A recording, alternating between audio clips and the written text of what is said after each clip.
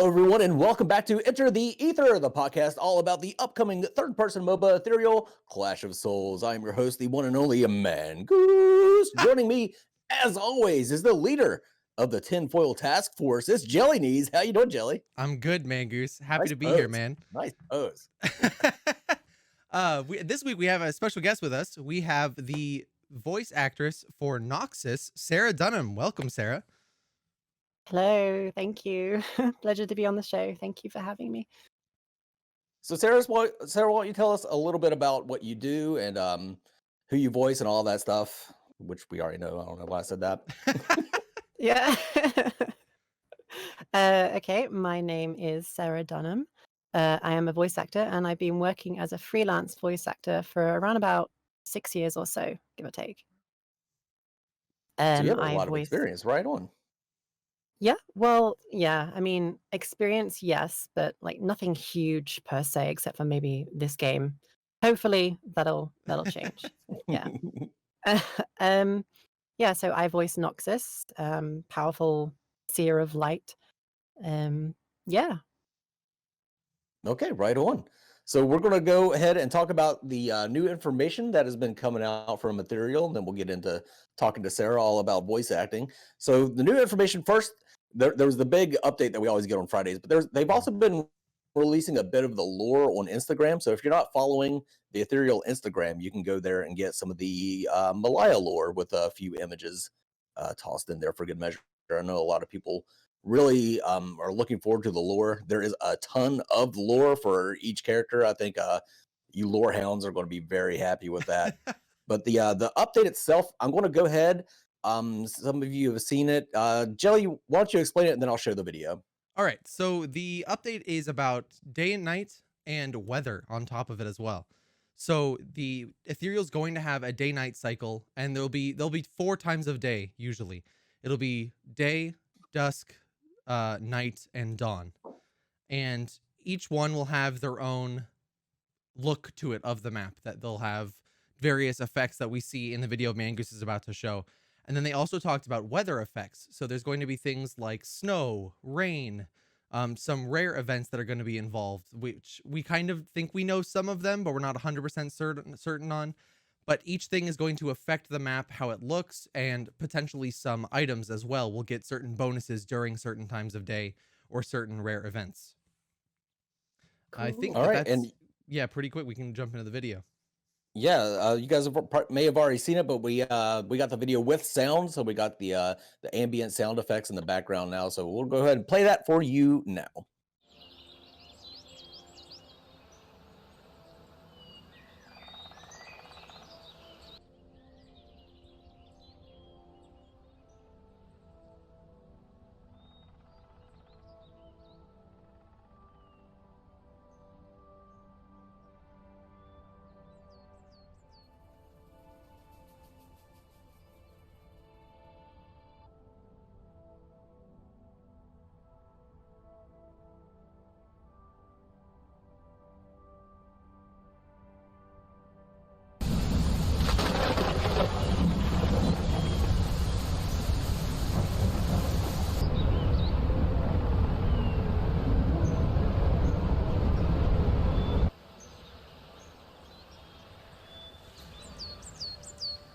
A lot of stuff going on there. Looked like we were following Marina. She had a bit of a saucy strut there. That's not her. We were told that's not her her actual move speed. That's just they were just showing off the map without flying through it. So we've already talked about it quite a bit. Sarah, what was your impressions? Have you seen any of the map like this, or did you know anything about the weather or anything like that? I didn't know anything about the weather. That's a really, really cool addition. Coming from playing like a lot of survival type games where, it's your survival situation depends on the weather. It's probably not going to be that in depth, but even so, it's pretty cool. Yeah, especially if you say that some items might be interacting with some of the weather changes. That's really awesome. Yeah, and that's a good point too. That's one of the things that they were talking about is I don't think the myths themselves will be all that affected by the just regular cycles, the day-night cycle, but there will be items that do gain bonuses, and I don't think the weather's going to certain weather won't affect much, but the rare events will. Jelly, those rare events, what do you think of those? I think they're incredible. We talked about it, like I said, a little bit the day of in the Discord. So if you're not in the Discord, join there. We talk about all this stuff a lot when it comes out. But I mean, we figured out that it's probably there's a lunar eclipse, a solar eclipse, a blood moon, or some kind of acid rain is a rare event, some kind of Ooh. super heat wave. I mean, like there's so many things that it could happen throughout the game that's just a rare event. And I was talking to Kai about it, and he said that there is not a guaranteed chance to get a rare event in each game. You may go 10 games without seeing a rare event, and then suddenly it's a lunar eclipse that happens on the map. So it's going to be something very, very unique and rare. And if by chance you got two rare events in your game, then it's going to be two different ones instead of the same one twice. And that's going to add a lot to the skill ceiling as far as people being knowing how to take advantage of the certain weather events. Um, I think did the blog say that you'll know if you're going to get certain weather in the game? It I think it didn't said you. say how you would know. It seemed Yeah, like with some of the wording, it felt like you might have an opportunity to figure it out in some way, but it didn't quite go into depth about what that was. yeah, really cool stuff. I can't wait to see it, and it looked amazing. Like we've seen pictures of the map. This is the first time we've seen anybody just straight walking around on the map, and there was a lot of Mhm. just really incredible stuff there, and just the different changes that you could see.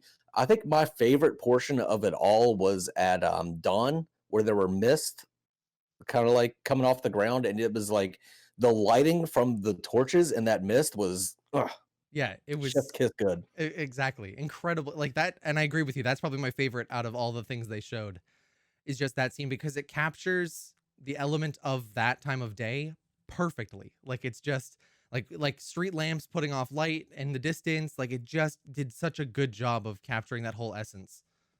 Yeah.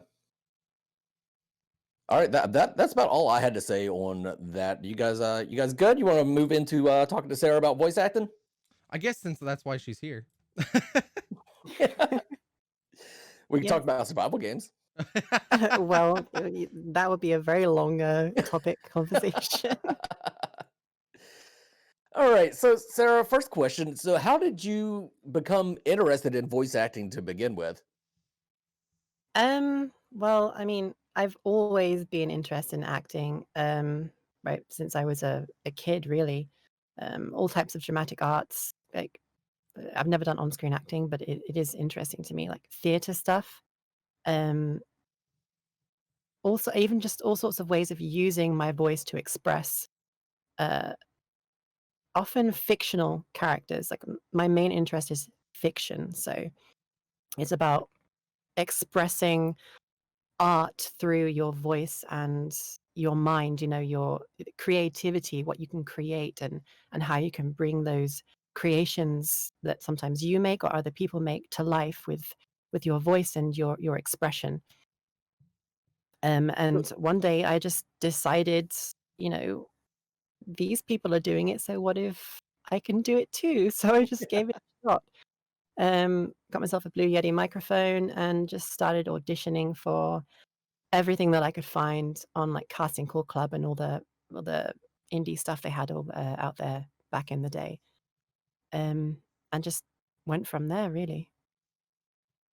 So it's less about doing like an impression of something and more about creating your own Yeah, for sure. voice for a character. I mean, I do like doing certain impressions, like, I was sort of talking about Laura Post the other day, Mhm. um, but for me, mostly it's about creating and giving life to something and really expressing that, as a sort of combination through artwork, voice work, and, animation, I suppose.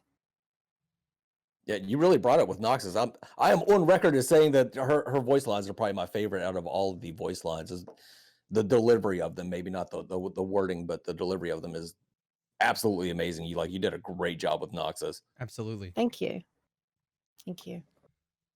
And I mean, since we were talking about like some of the other things that you've done, where else can we hear some of your work, Sarah?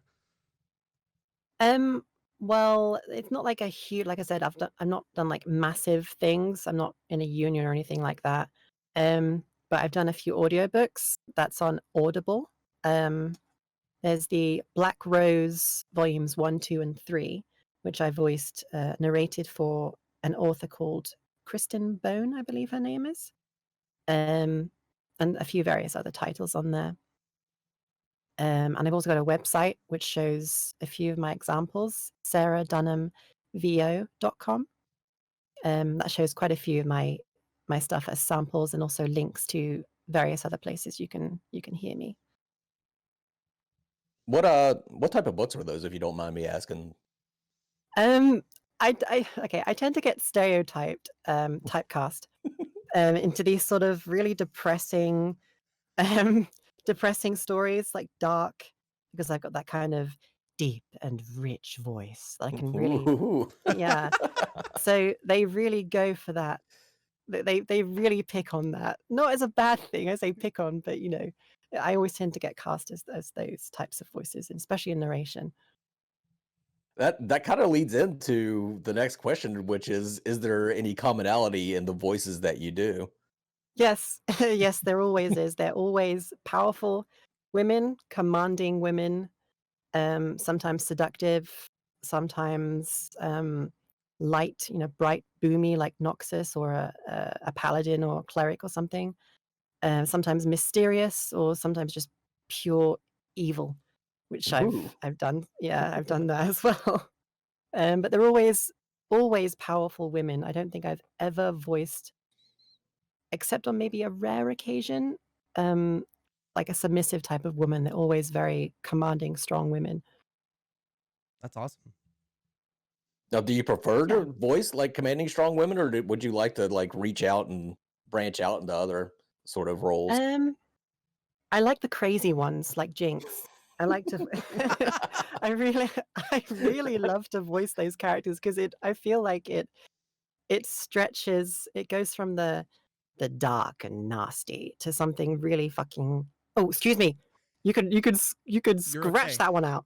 Oh no, fuck shit, ass, Oh, hell, damn. You can do oh, whatever you want. This is okay. That's awesome. I was like, shit. Okay. Yeah. So that's really awesome. um, what was I saying? Yeah, crazy characters. That's because I'm always doing the dark and nasty stuff. Crazy characters just feels like it goes from a completely calm and nasty place to something insane and crazy like Jinx. I can't get quite as high pitch as that, but I can get close. And it's so much fun to do. right on. That's awesome. So for Noxus specifically, is there any like parts of your own personality that you kind of put into Noxus's performance, or what does that feel like for you to perform as Noxus?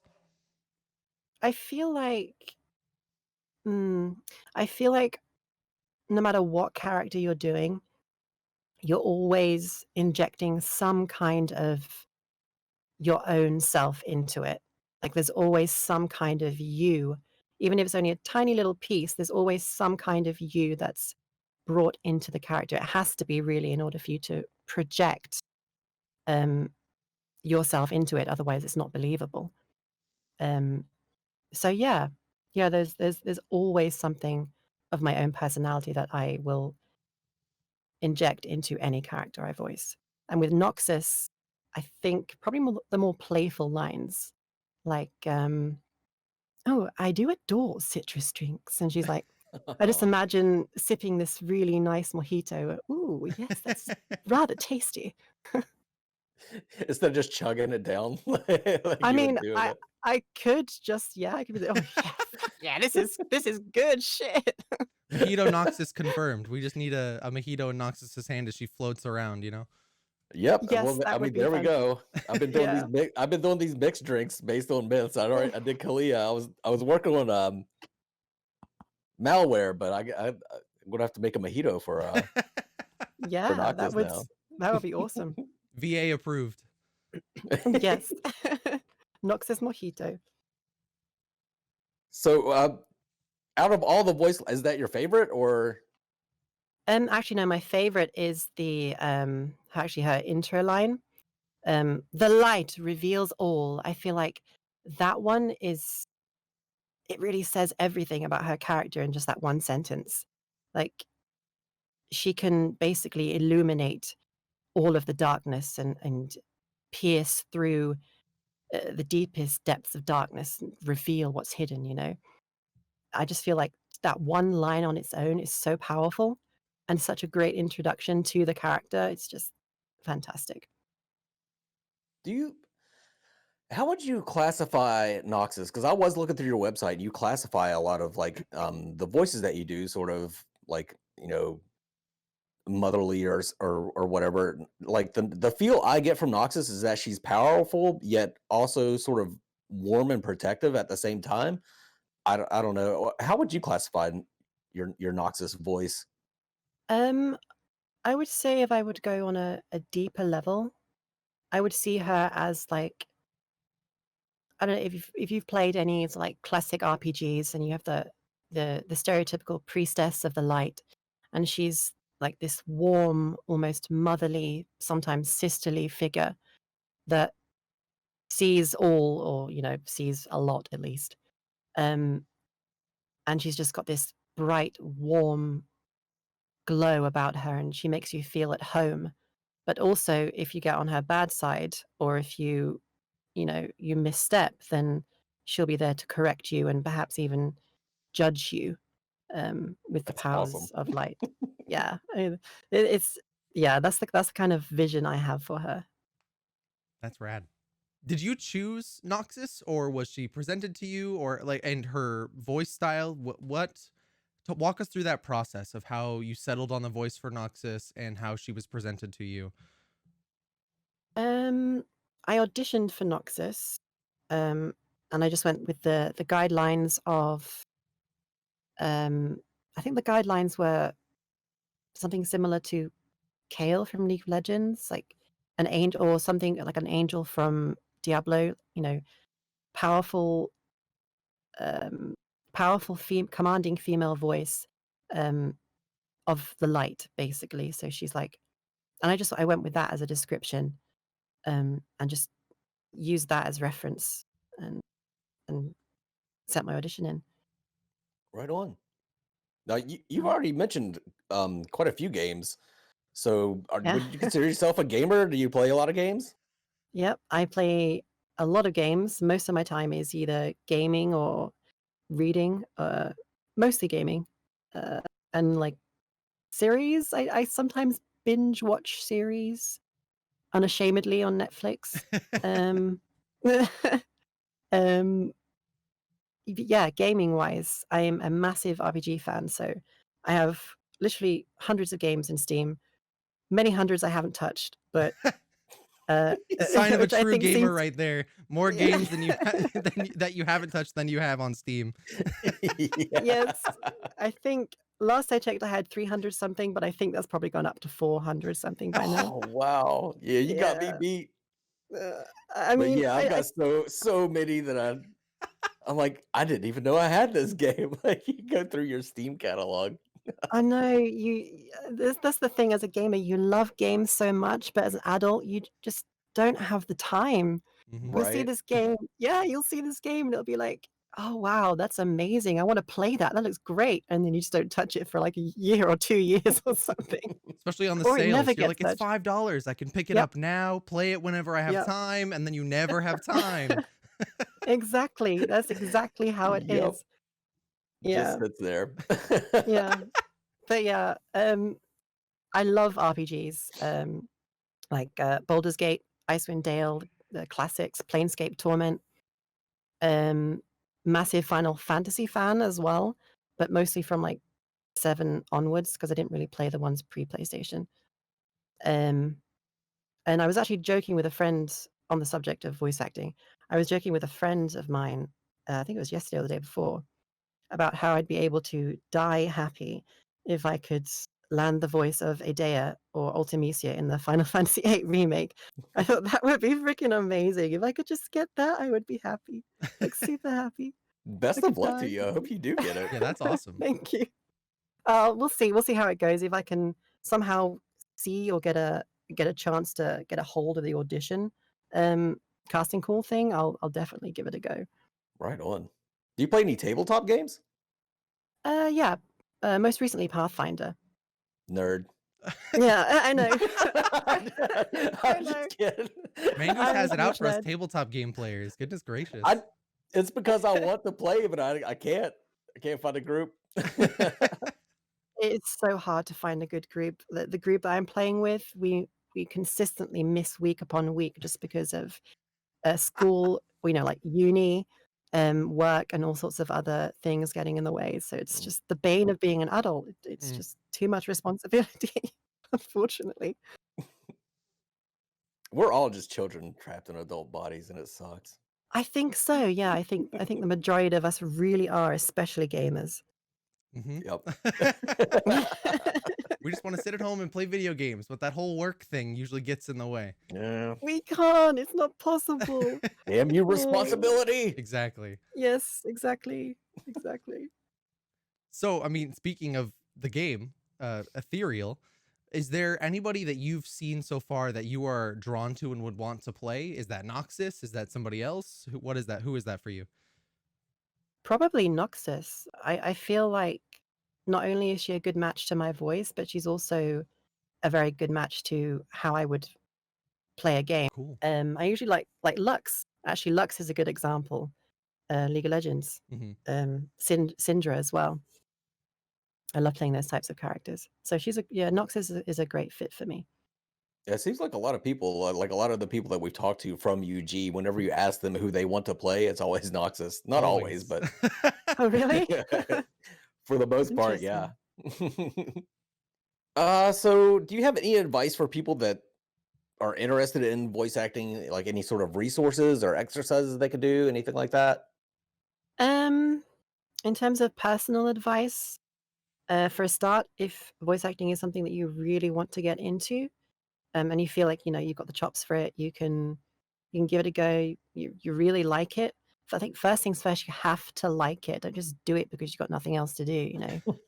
Because there have been a lot of people that have just like gone on casting call club or something like that. They've got nothing else to do because of COVID, and they'll do it, and then like 2 weeks later that they don't want to do it. I mean, that's fine. Finding yourself, that's all well and good, but I'd say if you really want to get into voice acting, enjoy it first. And then after that, voice care, you must at all, it doesn't matter what the director says, you have to take care of your voice. Moisturize your throat, drink plenty of water, honey, lemon, hot tea. Milk is actually, on the contrary, I love milk, but milk is really bad for voice acting. Oh, really? Yeah, it does something. It makes you build up something to do with the enzymes in the milk. It makes you build mucus. So if you have like a glass of milk before, you'll be going throughout the entire session, and it's just not worth it. I'm gonna start having a glass of milk before we record every week. You're gonna start doing that? Yeah, I'm gonna start on that. It'll lower his Just to voice be just annoying. slightly, and then we'll just keep it Coughing all throughout. Excuse me. Pausing every like 5 seconds. Excuse me. But yes, don't take risks. So no matter what the director says, like I've heard horror stories from voice actors in was it Far Cry, I think, where they've screamed and screamed and screamed and screamed and screamed, and the directors have told them to keep going, different takes, screaming and screaming and screaming, and they've permanently damaged their voice because the director didn't tell them to stop. They were expected to keep going. At least those are the horror stories I've heard, and I know for a fact there are voice actors that have blown their voices out because of games like that. So just take care of your voice. Be aware of what you're doing. If it hurts your throat, stop. If you're tired, stop. And after that, be confident, be yourself, have fun. And resources, Gravy for the Brain is the first one I would think of because that has almost everything you can think of there, like resources, rates, tips, guides, all sorts. I think it's just gravyforthebrain.com, and that's really good. And Casting Call Club, which has risen from the depths of being a complete fan based, like, I think it was a completely free medium at one point with nothing attached to it. It was just people posting on a forum. But now it's huge. They've got their own branding, they've got their own theme, they've got all sorts. Casting Call Club is really good. Hmm. Yeah. I'll put those links down there. Okay. Awesome. If there was any other myth in Ethereal that you would be given the opportunity to voice, who would it be? There's one I want to say, but I can't because I don't think she's been talked about. So I'm not going to say it. Other than that, I think it would probably have to be Leah, Okay. because I All actually, right on. I auditioned for her before Noxus, but I didn't get it. It was pretty sad, but I'm still happy I got Noxus. Yeah, I was gonna say I had talked to Tricolor Star a long time ago, and he had said something about originally they were going to use you for Leah and another Oh, voice really? actress for Noxus, and then they switched you guys up. Oh, really? I didn't know that. That's interesting. That's pretty cool because the current voice actress for Leah is really good, so I'm glad they selected her. But wow, okay, that's cool to know. That's really cool to know. Now she's gonna go hunt her down. I could have had Leah if it wasn't for Ah, you. you bitch! No, no, no. Oh, I'm over Mangoose here stirring up all the inciting drama. fights. And You I stole my heard that that's not what happened. Yeah, but yeah. So she would have been a she would have been a great choice for me, just because of the whole. Again, she's like a strong, commanding, like druid mother type figure. Yeah. Yeah. Right on. I think that's about it for the questions we had, and that's about it for the for me fomenting Okay. discord amongst the voice actors of Ethereal. Um, so the new section we have here, where we go in and we talk about some of the fan myths. I'm going to abbreviate this a bit. I think we went a little too long on this the last time we did it, but we're just going to go through. This one is from Sleepy Ocean. Is that right, Yep. Jelly? Yeah, Sleepy Ocean posted this yesterday, I believe, for us. So being Saturday. So Altmar, the Seeking Scribe. If you want to look more into what his ideas were for this myth, just join the Discord and you can find it there in the unofficial myth talk. So I'm not going to talk about his lore, but his stats, we do have his base HP, which the stats don't matter much, but they do tie into the rest of this hero's kit. So you got the base HP and the base mana, which is 550 HP, and oh, he has a range. Oh, starting 550, and then base mana is starting at 295. So his kit, so his passive Voidfield Sight, after hitting 3 abilities consecutively on the same target, he gains an AP shield with 4% of his max health and 30% bonus AP that lasts 4 seconds. And this will stack up if the shield isn't broken. Then the most interesting thing about this kit is his right click, which, as we know in Ethereal, all the right clicks are going to be some sort of risk reward type thing. Mhm. And this right click is called Shield Strength Hides Decadence, and it's a stance switch. So the right click switches you into a stance, but and what the stance does is it costs 3% of your max health per second to be in this stance, but it also modifies all of your abilities with the exception of your ultimate. And then his abilities: Anima Siphon. He commands forward a cloud of dark magic, dealing damage to all targets caught in its cone. But with if he's in the shield stance, it sends out a cloud which, after a half second, will solidify into a platform with very high walls on each of its sides. So it kind of traps people in, but you have to be in that stance with that deals damage to you. And then just real quickly, phasing projectiles. It just summons 3 projectiles that he can aim. They fire off independently, but you can track somebody with your cursor to actually aim the spikes. But if it's in the other stance, the spikes appear and then fire upwards, which would be nice to hit some flying sky slayers there. And the third ability, oppressing light, Caging light can only be cast in combat. Cast a light sigil on an enemy myth. The sigil will create a bind between you and your link that will strengthen over 2 seconds. If after 2 seconds the bind is still in range, a scroll is formed between you and your bind, and all enemy targets in a straight line between you and your bind are pulled. So this is kind of a point and click pull, but you have to keep them in range for it to happen. But if you're in the other stance, you can target an ally with this. And then after 3 seconds, you create an area of light magic that heals all friendly targets for 75% of all damage taken by you during that time. So that's a pretty cool little thing you can do. And his ultimate, Witness Your Doom, this is a really cool ultimate. He infuses his power into an enemy myth. He goes untargetable for 2 seconds. And the myth is then filled with horrifying eyes, fearing all other enemy units around it. So you go into an enemy, they get this aura around them that fears all of their friends around them. And then after leaving his host, you take 40% of the affected target's total AP for himself for 5 seconds. So anybody that was affected, he gets their attack power. So he would come out of this ult just, if he got plenty of people, just super beefy, really overpowered, just crushing people. Damn, that's pretty cool. So that was just a brief overview of his abilities. Like I said, you can go into it. I think the coolest part of this particular kit is the right click being a stance switch that I think that would really separate, good players from bad players, knowing when they can sacrifice that HP to get these bonus effects or different effects off of their abilities and when to use that. So Jelly, what did you think of this? I think it's incredible. I agree with you. I think the right click is the coolest part, and it would really separate the good players from the bad. Being able to quickly go in, cast the ability, and come out of it with taking as little damage as possible would be really cool.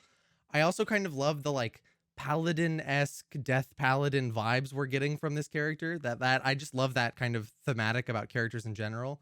So I love seeing that here. But yeah, really cool overall. Sarah, do you have any thoughts? Yeah, pretty much everything that you guys have said. That was really awesome.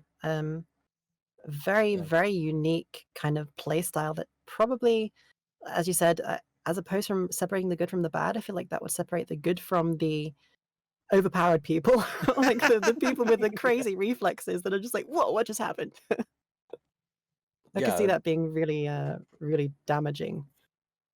I especially like that ultimate, being able to Yeah, fear everybody or infest an enemy. That would be really fun, I think. it's like a combination of Mordekaiser and Fiddlesticks or something like that. Yeah.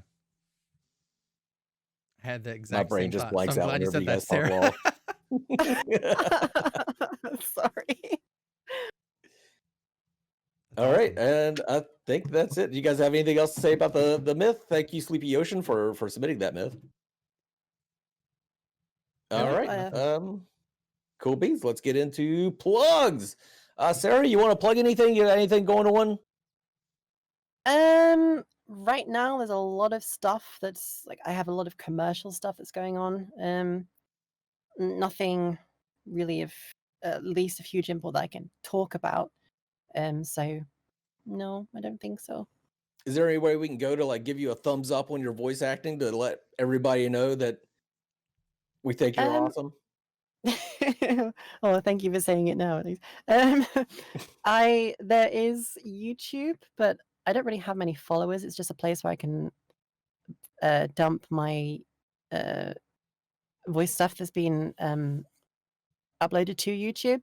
Otherwise, I have a Twitter, which I sometimes use to reach out to people. It doesn't have very many followers again, but yeah, I use it occasionally. Twitter. What is my Twitter? I have to check. You can send it to me later. Okay, all right, I'll do that. I'll have everything down there. You guys know the deal. Okay.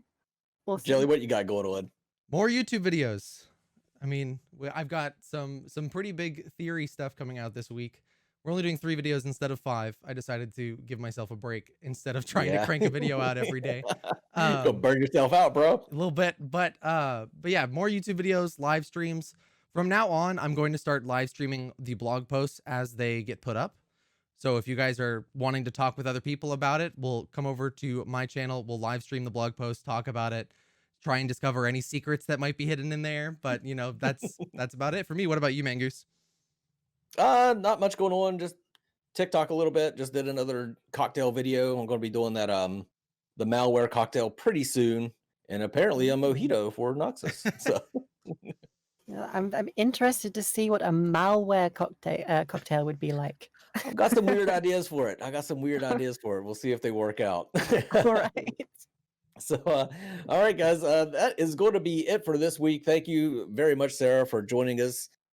Jelly, thanks for coming out as always. But I hope you all join us as we enter the ether. Mango.